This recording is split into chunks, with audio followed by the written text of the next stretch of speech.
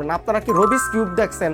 Rubik's কিউবকে কখনো আপনি যে নিয়মটা আছে, যেই পদ্ধতিটা আছে, ওইটা ছাড়া কি আপনারা কখনো, আপনি যতই মেধাবী হন, ওই রবিস কিউবকে আপনি মিলাতে পারবেন? কখনোই পারবেন না। এমনই এই ট্রেনিংয়ে আপনাকে সফল হতে হলে আপনি মানি ম্যানেজমেন্ট শিট ফলো করতে হবে, এই 22টা স্ট্র্যাটেজি থেকে যে কোনো একটা স্ট্র্যাটেজি ফলো করতে হবে, বা এইখান থেকে করেন বা না করেন আপনারা একটা স্ট্র্যাটেজি ফলো করবেন, কিন্তু অবশ্যই আমার এই মানি ম্যানেজমেন্ট শিট অনুযায়ী করবেন। দেখবেন আপনি খুবই ভালো একটা রেজাল্ট পাবেন।